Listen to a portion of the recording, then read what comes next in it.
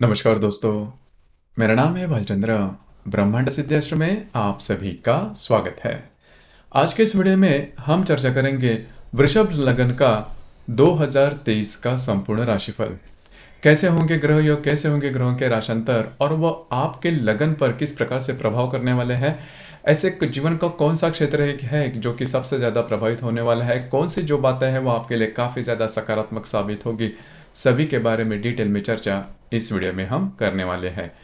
मेष लगन से लेकर मीन लगन तक जो सभी 12 लगन है, उन सभी 12 लगन का जो फल होगा सन 2023 का वो क्या होगा, इसके विषय पर वीडियो अपलोड हो रहे हैं।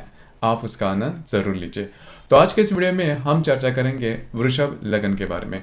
तो सबसे पहले हमें ये जानकारी लेनी होगी कि वृषभ लगन माने क्या। जैसे कि यहाँ पर आप कुंडली देख रहे हो, तो यहाँ पर ये जो प्रथम स्थान है, ये जो स्थान है इसे प्रथम स्थान कहा जाता है, जहाँ पर ल भी लिखा रहता है। ल माने कि लगन स्थान, जिसे कि प्रथम स्थान कहा जाता है। तो यहाँ पर यदि 2 अंक है, यानी कि ये जो 2 अंक है वो वृषभ जो राशि है उसका प्रतिनिधित्व करता है। तो इस कुंडली को वृषभ लगन की कुंडली कहा जाता है। तो यदि आपकी वृषभ लगन की कुंडली है तो ये जो राशि फल या फिर लगन फल है वो आपके लिए है। तो सबसे पहले हम जानकारी लेंगे करंट अफेयर के बारे में, मतलब अब का जो समय है वो आपका किस तरह से चल रहा है। तो जैसे कि दिनांक 30 अक्टूबर से देखा जाए तो जो बातें हैं वो आपके लिए सही नहीं हो रही हैं। यहाँ पर 2-3 बातें उसके बारे में मैं आपको कहना चाहूँगा कि करीबन 30 अक्टूबर से लेकर स्ट्रेस या फिर टेंशन आपका काफ़ी ज़्यादा बड़ा है।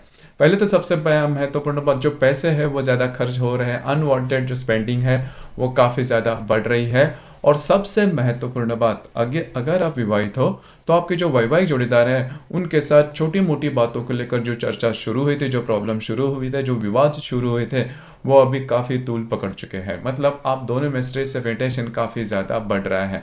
आपको इसके बारे में ध्यान रखना आवश्यक होगा। अब होगा कि आपकी जो राशि है, आपका जो लगन है, वो एक तरह से कहा जाए तो जो आपकी जो वाणी होती है वो काफ़ी अच्छी होती है, लेकिन अब का जो समय है वो आपके लिए ठीक नहीं है। स्ट्रेस या फिर टेंशन ज़्यादा बढ़ रहा है, जिसका जो असर है वो आपके व्यक्तित्व पर भी देखा जा रहा है। आप छोटी मोटी बातों को लेकर जल्दी से रिएक्ट कर जाते हो, जो कि आपका मूल व्यक्तित्व नहीं है। लेकिन अब की जो बात है वो उस तरह से ही हो रही है। तो सबसे पहले महत्वपूर्ण बात, आपको स्वयं पर ध्यान देना आवश्यक है। लेकिन 2023 के करीबन 12 तारीख के बाद का जो समय है वो आपके लिए इस मामले में काफ़ी ज़्यादा शुभ फलदायी साबित होगा। मैं ये तो नहीं कहूँगा कि जो बातें हैं वो एक ही रात में बदल जाएगी, लेकिन करीबन 17-18 तारीख से आप में पॉजिटिव चेंजेस दिखाई देंगे। मतलब जो अभी मैंने कहा कि आप बहुत ज़्यादा शॉर्ट टेम्पर्ड हो चुके हो या फिर छोटी मोटी बातों को लेकर जल्दी से रिएक्ट कर जाते हो, तो ये जो बात है इसमें काफ़ी ज़्यादा बदलाव, पॉजिटिव बदलाव देखा जाएगा। और जो आपका मूल व्यक्तित्व है, मतलब आप शांत स्वरूप हो या फिर आप बहुत ज़्यादा इन डेप्थ सोचते हो, किसी भी विषय पर जल्दी से रिएक्ट नहीं करते, और आपकी जो वाणी है वो भी मधुर वाणी होती है, तो ये जो बातें हैं वो आपका जो मूल व्यक्तित्व है वो दिखना शुरू हो जाएगा। लेकिन हालांकि आप एक्टिव बहुत नजर आओगे। तो कुल मिला के ये जो बात है वो करीबन 15-16 तारीख के बाद आप में इसका जो बदलाव है वो देखा जाएगा। अब हम चर्चा करेंगे कि मोटे तौर पर जो ग्रह योग है या फिर ग्रहों के जो राशांतर है उसके बारे में। सबसे पहले और महत्वपूर्ण बात, आपके राशि का जो सबसे अहम ग्रह है, जिसे हम राजयोग कारक ग्रह कहते हैं, वो है शनि। क्योंकि जो शनि है वो आपका भाग्येश भी है और आपका दशमेश भी है। केंद्र कोण स्थान का अधिपति के होने के कारण यह जो शनि है, हालांकि काफ़ी जो लोग हैं वह शनि को अशुभ फलदायी मानते हैं, लेकिन आपके लगन के लिए, मतलब वृषभ लगन के लिए जो शनि है वो राजयोग कारक ग्रह कहलाता है, जो कि आपके भाग्य भाव में भ्रमण कर रहा है। और दिनांक 18 जनवरी के बाद ये आपके दशम भाव में भ्रमण करेगा। तो पहले तो सबसे महत्वपूर्ण बात, पिछले करीबन 2-2.5 साल में आपने बहुत ज़्यादा मेहनत की होगी और भाग्य का साथ भी आपको मिला होगा, लेकिन हुआ क्या होगा कि आपने भविष्य के बारे में काफ़ी ज़्यादा कल्पना या फिर काफ़ी ज़्यादा प्लान या फिर काफ़ी ज़्यादा शेड्यूल किया होगा। मतलब जो भी आपका कार्य क्षेत्र है, जो भी आपका करियर है उसके बारे में, लेकिन उसे इम्प्लीमेंट करना, मतलब प्रत्यक्ष रूप में लाना, यह जो बात है वो करीबन इस साल के शुरुआत से ही होना शुरू हो जाएगी। और वो जो भी काम होगा, वो जो भी आपका शेड्यूल होगा, वो प्रत्यक्ष रूप में आपके जीवन की पूरी दिशा ही बदल दे डालेगा। और उसके लिए जो लक का साथ होता है या फिर प्रत्यक्ष रूप में जो अपॉर्चुनिटी आनी होती है, वो सभी जो बातें हैं वो शनि आपके लिए प्रोवाइड करेगा, जो कि बहुत ही महत्वपूर्ण बात होगी। वैसे भी देखा जाए, मैंने कहा कि पिछले करीबन 2-2.5 साल का जो समय था, उसमें आपने काफ़ी ज़्यादा मेहनत की होगी, आपके मन में काफ़ी ज़्यादा विचार, और जिसे हम बोलते हैं कि चूक करके सीखना, बाय मिस्टेक सीखना या फिर चूक करके सीखना, इस प्रकार का जो अनुभव है वो भी आपने लिया होगा। लेकिन इस साल के शुरुआत से ही, मतलब जनवरी से ही आपको पता चलेगा कि आप धीरे धीरे जो भी आपके मन में जो भी विचार है, हालांकि जो विचार रहेंगे वो काफ़ी बड़े रहेंगे, जिसे हम लार्जर देन लाइफ, और आपकी जो राशि है वो काफ़ी इन डेप्थ सोचने वाली है, ऊपरी ऊपरी तौर पर सोचने वाली बिल्कुल भी नहीं है, जो कि काफ़ी अच्छी बात है। तो इस तरह से देखा जाए तो वो जो बातें हैं वो प्रत्यक्ष रूप में आना शुरू हो जाएगी, जो कि आपके लिए काफ़ी ज़्यादा महत्वपूर्ण होगा। उसी प्रकार अपॉर्चुनिटी वगैरह भी आपके सामने आएगी, मतलब आपके मन में जो भी करियर है, जो भी आप बदलाव चाहते हो, या फिर जो एग्जिस्टिंग करियर है उसमें अगर आप फैलाव करना चाहते हो, तो वो जो सभी बातें हैं जो कि आपके करियर से रिलेटेड है, वो आपके लिए उसके संदर्भ में कुछ अच्छी अपॉर्चुनिटी वगैरह आएगी, और धीरे धीरे धीरे आप उसमें बढ़ना शुरू कर दोगे। तो ये जो शनि का भ्रमण है वो आपके लिए बहुत ही ज़्यादा शुभ फलदायी साबित होगा। प्रत्यक्ष रूप में शनि भी देखा जाए तो जैसे मैंने कहा कि आपके राशि के लिए वो सबसे महत्वपूर्ण राजयोग कारक ग्रह कहलाता है। अब हम चर्चा करेंगे आपके राशि का जो गुरु ग्रह है उसके संदर्भ में। देखिए, आपका जो लगन है, मतलब वृषभ लगन के मामले में अगर देखा जाए तो जो गुरु है वो सबसे ज्यादा अशुभ फलदायी माना जाता है, क्योंकि आपके लगन का जो स्वामी है शुक्र, और जो गुरु है वो नैसर्गिक शत्रु ग्रह है। वैसे भी देखा जाए तो ये जो गुरु है वो आपका अष्टमेश भी है और आपका लाभेश भी है, जो कि आपके लाभ भाव में भ्रमण कर रहा था। अब के दिनांक 21 अप्रैल के बाद का जो समय है, इसमें यह जो गुरु है वो आपके व्यय भाव में भ्रमण करेगा। अब यहाँ पर एक बात मैं शनि के बारे में कहना चाहूंगा, जैसे कि ये जो शनि है, मैंने कहा कि 18 जनवरी के बाद आपके दशम भाव में भ्रमण करेगा। तो दिनांक 18 जून से लेकर 13 नवंबर का जो समय है, उसमें ये थोड़ा वक्री होगा। अब देखिए कि हर जो बड़ा ग्रह होता है वक्री होता है, बुध सिर्फ रवि और चंद्रमा जो होते हैं वो कभी वक्री नहीं होते, बाकी सभी जो ग्रह होते हैं वक्री होते हैं। जो बड़े ग्रह है जैसे कि शनि, गुरु, उनका जो जब भी वो वक्री अवस्था में रहते हैं तो वो 3-4 महीने तक तो रहते ही है। तो जैसे कि यहाँ पर ये जो शनि वक्री होगा दिनांक 18 जून से लेकर करीबन 3 नवंबर का जो समय है, उसमें ये जो शनि है वो आपके दशम भाव में वक्री होगा। तो इस कालावधि में जो भी मैंने अभी शनि के बारे में जो भी हमने बातें की, उसमें थोड़ी बहुत न्यूनता आप देख सकते हो, लेकिन इससे बहुत बड़ा फर्क नहीं आएगा, क्योंकि ऐसा बहुत बार देखा जाता है कि शनि वक्री होगा तो बहुत कुछ होगा। ऐसा आपके लिए बिल्कुल भी नहीं होगा, तो इसके बारे में ज़्यादा सोचना नहीं या फिर ज़्यादा टेंशन नहीं लेना। हालांकि मैं एक बात यह भी कहूँगा कि जो भी आपको महत्वपूर्ण निर्णय लेने हैं, आपके करियर के बारे में कोई चेंजेस करने हैं, कोई बदलाव करने हैं, तो वो करीबन 18 जून से अगर आप पहले करते हो तो उसका जो इम्प्लीमेंटेशन होगा वो काफ़ी अच्छी तरीके से देखा जाएगा। तो कुल मिला के देखा जाए तो इस प्रकार से होगा। तो जैसे हम बात कर रहे थे गुरु के बारे में, तो जो गुरु ग्रह है वो आपके लगन का नंबर 1 का अशुभ ग्रह माना जाता है, जो कि आपका अष्टमेश भी है, लाभेश भी है, जो कि आपके लाभ भाव में भ्रमण कर रहा था। तो अब तक आपने देखा होगा कि लाभ के बारे में ऐसे कोई बड़ी प्रॉब्लम या फिर दिक्कत आपने फेस नहीं की होगी। मतलब जो शनि था वो शनि भी आपके भाग्य भाव में भ्रमण कर रहा था अब तक, और जो गुरु है वो आपके लाभ भाव में भ्रमण कर रहा था। तो यहाँ पर 2-3 बातें उसका अनुभव भी आपने देखा लिया होगा कि लाभ तो आपको मिल रहे थे, लेकिन इजी मनी जिसे हम कहते हैं वो भी आपने पाए होंगे। मतलब इजी मनी, इसके बारे में 2-3 व्याख्या इसकी कर सकते हैं। ऐसे लाभ जिसके बारे में आपने सोचा नहीं था, या फिर थोड़ी बहुत मेहनत करने से भी आपको लाभ मिल रहा था, जो कि काफ़ी अच्छी बात है। और दूसरी बहुत ही महत्वपूर्ण बात, आपके जो मित्र परिवार होंगे उनसे भी आपको कुछ अच्छी सलाह या फिर एडवाइस मिली होगी। अब यहाँ पर 2-3 बातें हैं वो थोड़ा जान लेना आवश्यक है।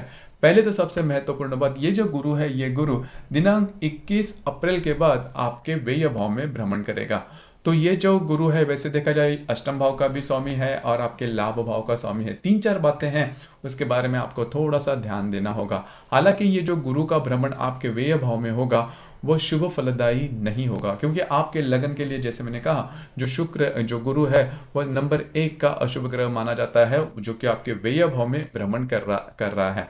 हालांकि ये थोड़ी बहुत शुभत्व आपको देगा, लेकिन नकारात्मक या फिर नेगेटिव जो एस्पेक्ट है वो थोड़े ज्यादा रहेंगे। पहले तो सबसे महत्वपूर्ण बात, मतलब इन दिनों में किसी भी प्रकार की मेजर इन्वेस्टमेंट नहीं करना है। ऐसे इन्वेस्टमेंट जिसके बारे में आपको पता नहीं है, अब मतलब जिसके बारे में आपको आपको जानकारी नहीं है, हम रिस्क लेते हैं किसी और लोगों के मतलब जो भी बातें हैं या फिर कहीं कुछ इंफॉर्मेशन लेते हैं और उसके आधार पर हम रिस्क लेकर काम करते हैं, तो उस प्रकार के रिस्क जो भी है इन्वेस्टमेंट के बारे में वो बिल्कुल भी नहीं करना। उसी प्रकार आपके जो मित्र परिवार है उनमें छोटी मोटी बातों को लेकर तकरार हो सकती है, प्रॉब्लम कॉम्प्लिकेशन हो सकते हैं। आपके जो बड़े भाई वगैरह होंगे, भाई या फिर बहन, उनके साथ भी जो रिश्ते हैं वो थोड़े बहुत स्ट्रेसफुल में आ सकते हैं।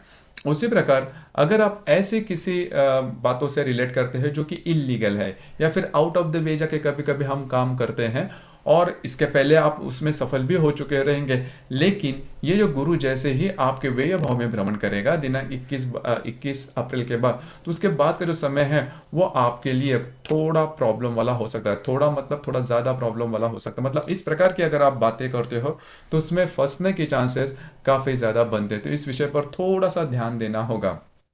अब यहाँ पर जो पॉजिटिव बात है वो यही है कि यदि आपका वृषभ लगन है और यदि आप धार्मिक या फिर आध्यात्मिक मार्ग में हैं, तो ये जो गुरु का भ्रमण है दिनांक 21 अप्रैल के बाद आपके व्यय भाव में होने वाला, वो आपके लिए बहुत ही ज्यादा शुभ फलदायी साबित होगा। मतलब गुरु जो है चाहे किसी भी राशि में है या वो अगर किसी भी लगन के लिए व्यय भाव में होता है, और अगर आप धार्मिक या फिर आध्यात्मिक व्यक्ति हो तो आपके लिए वो जो भ्रमण है वो बहुत शुभ फलदायी होता है, क्योंकि गुरु अगर व्यय भाव में भ्रमण करता है तो वो धार्मिक आध्यात्मिक अनुभव बहुत ज्यादा देता है, उसके बारे में कुछ अच्छे अनुभव वगैरह आते हैं और आदमी जो है वो संसार से थोड़ा सा विलग हो जाता है, अलग हो जाता है। तो वही बात होती है और उसके संदर्भ में उसके जो अनुभव है वो भी काफी ज्यादा बढ़ जाते हैं। तो इस लिहाज से देखा जाए तो ये जो गुरु है वो आपके लिए शुभ फलदायी साबित होगा। उसी प्रकार जो व्यक्ति बाहर जाना चाहते हैं, परदेश गमन करना चाहते हैं, उनके लिए भी ये जो गुरु का भ्रमण है वो काफी ज्यादा शुभ फलदायी साबित होगा। उसी प्रकार ये जो गुरु है वो चतुर्थ दृष्टि, पंचम दृष्टि से आपके चतुर्थ भाव को देखेगा, सप्तम दृष्टि से आपके षष्ठ भाव को देखेगा, और यह जो गुरु है वह नवम दृष्टि से आपके अष्टम भाव को देखेगा। तो यहाँ पर सबसे महत्वपूर्ण और इम्पोर्टेंट बात, यदि आप व्याधि के मतलब शारीरिक व्याधि से अगर पीड़ित हो तो ये जो गुरु है वो आपके लिए शुभ फलदायी नहीं होगा। छोटी मोटी बातों को लेकर प्रॉब्लम होकर फिर कॉम्प्लिकेशन आपको दे सकता है। लेकिन यदि आपको खुद की कोई नई वास्तु लेनी है या फिर वास्तु के बारे में कोई भी काम करना है, नई वास्तु लेनी है, आपको जो वास्तु है बेचनी है, वास्तु में कोई रिनोवेशन करना है या फिर बड़ा ऐसे कोई काम करना है जो कि आपके, क्योंकि जो वास्तु की बात होती है वह ऐसे नहीं है कि आदमी हर महीने लेता है, बदलता है, चेंज करता है, तो इस प्रकार की जो बातें हैं वो आप कर सकते हो, क्योंकि यहाँ पर जो शनि है वो आपके लिए काफ़ी ज़्यादा पॉजिटिव है, तो उसका जो साथ है वो आपको मिल सकता है। तो वास्तु के बारे में अगर कोई भी काम करना है तो ये जो गुरु का भ्रमण है वो आपके लिए काफी ज्यादा शुभ फलदायी साबित होगा। उसी प्रकार ये जो गुरु है वह आपके षष्ठ भाव को भी देख रहा है। अब यहाँ पर आपको स्वास्थ्य के बारे में वही बात फिर से मैं कहना चाहूंगा कि स्वास्थ्य के बारे में थोड़ा ध्यान देना आवश्यक है, लेकिन करियर के मामले में आपको जो अपॉर्चुनिटी है, आपकी जो अपॉर्चुनिटी है वो बढ़ सकती है। मतलब नौकरी में चेंज आना, नई नौकरी के अपॉर्चुनिटी वगैरह बढ़ना, इस प्रकार की जो बातें हैं वो काफ़ी ज़्यादा हो सकती है। उसी प्रकार काम का जो माहौल होगा, जो भी आपका कार्य क्षेत्र है वहाँ पर का जो माहौल होगा वो आपके लिए काफ़ी ज़्यादा सूटेबल देखा जा सकता है। तो ये जो गुरु का भ्रमण जो कि आपके व्यय भाव में होगा और जिसकी सप्तम दृष्टि आपके षष्ठ भाव में होगी, वो आपके लिए सम्मिश्र रूप से जो भाव है वो लेके आ सकती है। अब यहाँ पर ये जो गुरु की दृष्टि आपके अष्टम भाव में होने जा रही है, तो यहाँ पर जो भी मैंने बात कही कि थोड़ा सा आउट ऑफ द वे जाके जो भी आप काम करोगे, हालांकि आपको उस प्रकार के जो पैसे हैं वो मिल सकते हैं, लेकिन अगर आप थोड़ा रिस्क ज़्यादा लेते हो तो उसमें आप फंस सकते हो। तो इस प्रकार की जो बातें हैं उस पर ध्यान देना आवश्यक होगा। तो ये जो गुरु का भ्रमण है वो मोटे तौर पर अगर देखा जाए तो आपके लिए अशुभ फलदायी साबित हो सकता है। यहाँ पर एक जो बात होती है कि आपके जो काम है वो पेंडिंग होते हुए नजर आएंगे, मतलब आप उसके जो भी काम रहेंगे उसके बारे में मेहनत तो बहुत बहुत करेंगे, लेकिन जो एक्सपेक्ट आप करोगे कि यहाँ पर जाके आपको यश मिलना चाहिए या फिर सक्सेस मिलना चाहिए, तो वो बात होनी थोड़ी सी मुश्किल होगी। थोड़ा सा आपको पेशेंस या फिर फर्जीवरस जिसे हम कहते हैं, राह देखना, तो वो बात जो है वो आपको लानी होगी। हालांकि आपके लगन की कुंडली के लिए ये बात बड़ी नहीं है, लेकिन इसके ऊपर थोड़ा सा आपको ध्यान देना होगा। अब ये जो गुरु है वो थोड़ा सा आपको विरक्त भाव दे सकता है, जो मैंने पहले कहा कि संसार या फिर मोह माया, हालांकि आपकी जो राशि है वो थोड़ी सी मटेरियलिस्टिक है, तो इस प्रकार से थोड़ी सी आपकी जो दृष्टि है वो थोड़ी सी अलग हो सकती है, मतलब पैसे में क्या रखा है, मोह माया है वगैरह वगैरह। तो वो जो तत्व ज्ञान है इसके इन्फ्लुएंस में आप आ सकते हो, क्योंकि जो गुरु है वो आपके व्यय भाव में भ्रमण कर रहा है। अब हम चर्चा करेंगे राहु और केतु के मामले में।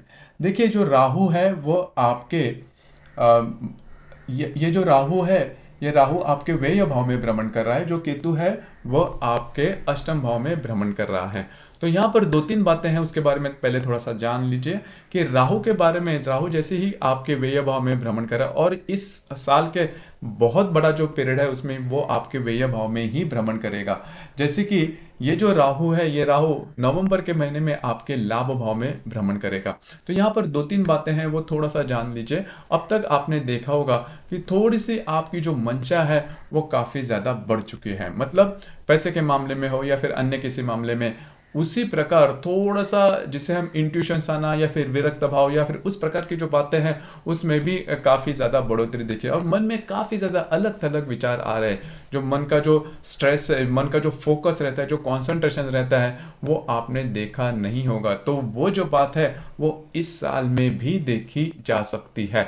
अब यहाँ पर देखिए, यहाँ पर गुरु भी आ चुका है, और जो गुरु है वो थोड़ा अलिप्त भाव थोड़ा देगा, और जो राहु है वो भी आपको इस प्रकार की जो बातें हैं वो दे सकता है। यहाँ पर एक बात हो सकती है कि थोड़ा सा धार्मिक आध्यात्मिक मार्ग में आप बहुत ज्यादा एक्टिव हो जाओगे, और उसमें किस तरह से सक्सेस मिला है, मतलब कई प्रकार की जो सिद्धियां होती है या फिर कई प्रकार के जो बातें होती है, मतलब धार्मिक या फिर आध्यात्मिक क्षेत्र में, तो उसके पीछे आप जा सकते हो या फिर उसके बारे में। लेकिन ये देखिए, अगर इसके पीछे आप जाते हो या फिर इस प्रकार की जो बातें इसमें अगर आप इन्वॉल्व होते हैं, तो उसमें आपको सक्सेस मिलने के चांसेस थोड़े कम होते हैं, क्योंकि ये जो गुरु या फिर राहु का जो भ्रमण है वो तात्कालिक होता है, मतलब 1 साल के लिए, 1.5 साल के लिए।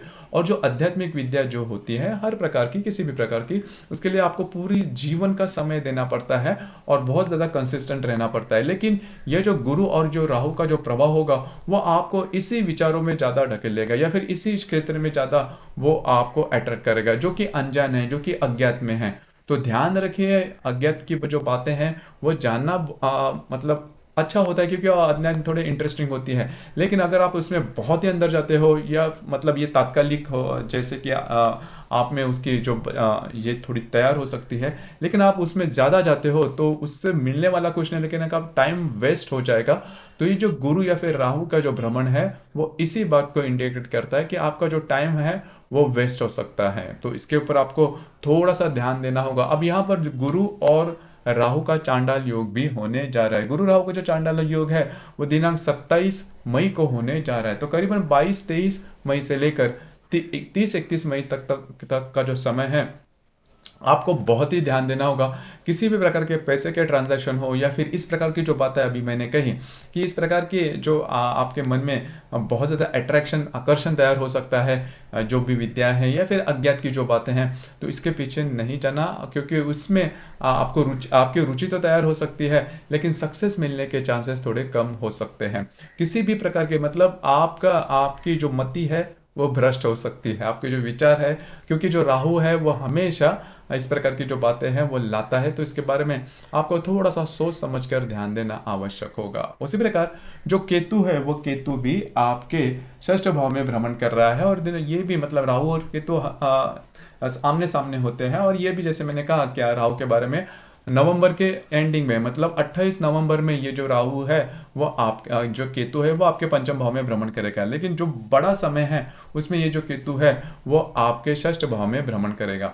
अब यहाँ पर दो तीन बातें उसके तो ऊपर थोड़ा सा ध्यान दीजिए। जो भी आपका कार्य क्षेत्र है वहां पर के जो लोग जो कि आपके विरोध में है वो आपके ऊपर हावी हो सकते हैं, तो इस चीज़ों पर थोड़ा सा ध्यान देना। उसी प्रकार कट्स बाउंड सेक्टर के जलना, कटना, छिलना, फ्रैक्चर होना छोटा मोटा, तो इस प्रकार के जो अनुभव है वो भी आपको आ सकते हैं। तो थोड़ा सा स्वास्थ्य के बारे में ध्यान दीजिए। हर के लिए स्वास्थ्य के बारे में जो जिसे हम कोई बीमारी वगैरह कहते हैं वो नहीं आएगा, लेकिन कट्स बाउंड जिसे हम कहते हैं इस प्रकार की जो बातें हैं वो हो सकती है बहुत बड़ी, क्योंकि अगर आपका छठा भाव, आपके मूल कुंडली में छठा भाव अगर प्रॉब्लम में है, थोड़ा सा इसमें कोई पाप अगर है तो फिर ये जो केतु का भ्रमण है वो आपके लिए अच्छा नहीं होगा, अशुभ फलदायी होने के चांसेस काफ़ी ज़्यादा बनते हैं। अगर वो स्थान आपका ठीक ठाक है, उसमें कोई ग्रह नहीं है, तो फिर ये जो केतु है वो ज़्यादा इफेक्ट नहीं करेगा, छोटी मोटी जो इंजुरीज होती है वहीं तक सीमित रहेगा। उसी प्रकार जो भी आपका कार्य क्षेत्र है वहाँ पर के जो लोग हैं, मतलब ऐसे व्यक्ति जो कि आपके विरोध में हैं, उनसे आपको थोड़ा सा सजग रहना आवश्यक होगा। तो ये जो केतु का भ्रमण है वो इस प्रकार से आपको इफेक्ट दे सकता है, उसके जो परिणाम है वो आपको मिल सकते हैं। तो मोटे तौर पर अगर देखा जाए तो इस अब हालांकि ये जो दिनांक 5 अक्टूबर को मंगल और केतु की युति भी होने जा रही है आपके षष्ठ भाव में। तो यह जो कालावधि है, मतलब 1 अक्टूबर से लेकर करीबन 7-8 अक्टूबर तक का जो समय है उसमें आपको अपने स्वास्थ्य के बारे में ध्यान देना होगा। स्वास्थ्य के बाद जो तकलीफ है वो काफ़ी ज़्यादा बढ़ सकती है, या फिर ऐसी कोई बात हो सकती है जिसकी वजह से आपका जो भी कार्य क्षेत्र है, खास करके अगर आप नौकरी करते हो तो आप उसमें थोड़े से फंस सकते हो। तो यहाँ पर कुल मिलाकर मोटे तौर पर अगर देखा जाए तो जो दो महत्वपूर्ण ग्रह होते हैं, गुरु और राहु, जो कि आपके व्यय भाव में भ्रमण करेंगे। हालांकि गुरु 21 अप्रैल के बाद आएगा और जो राहु है उसका भ्रमण चल रहा है। तो मैंने जो भी बातें कही कि आउट ऑफ द वे जाकर काम नहीं करना है या फिर ऐसे क्षेत्रों में आप अट्रैक्ट, तो इन चीज़ों से आपको थोड़ा सा दूर रहना होगा। लेकिन यहाँ पर एक बात बहुत ही अच्छी है, वो है शनि। शनि जो कि आपके लगन का सबसे ज़्यादा महत्वपूर्ण राजयोगकार ग्रह है, जो कि आपके दशम भाव में स्वयं की राशि में भ्रमण कर रहा है, जो कि बहुत ही अच्छी बात होगी। मतलब आपके मन में कई प्रकार के विचार आ सकते हैं, थोड़ा बहुत आप उसमें रस भी ले सकते हो, थोड़ा बहुत उसकी प्रैक्टिस भी कर सकते हो, लेकिन जो कर्म स्थान का जो स्वामी है शनि, जो कि आपके दशम भाव में होगा, वो आपके लिए काफ़ी ज़्यादा शुभ फलदायी साबित होगा। तो मोटे तौर पर देखा जाए तो ये जो साल है बहुत बड़ी प्रॉब्लम आपके लिए नहीं लाएगा, लेकिन आपको थोड़ा सा पेशेंस से काम लेना होगा, जिस वजह से जो प्रॉब्लम है वो ज़्यादा नहीं हो।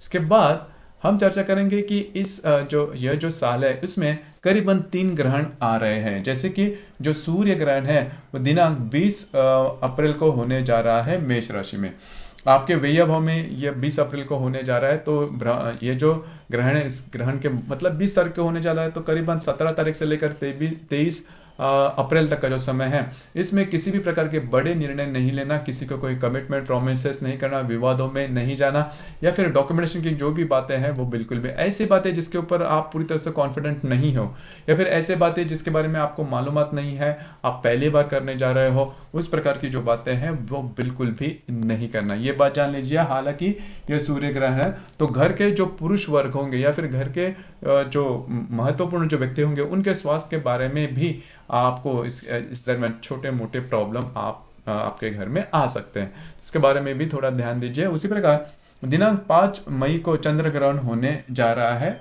जो कि मेष और तुला में होगा, मतलब आपके व्यय और षष्ठ भाव में होगा।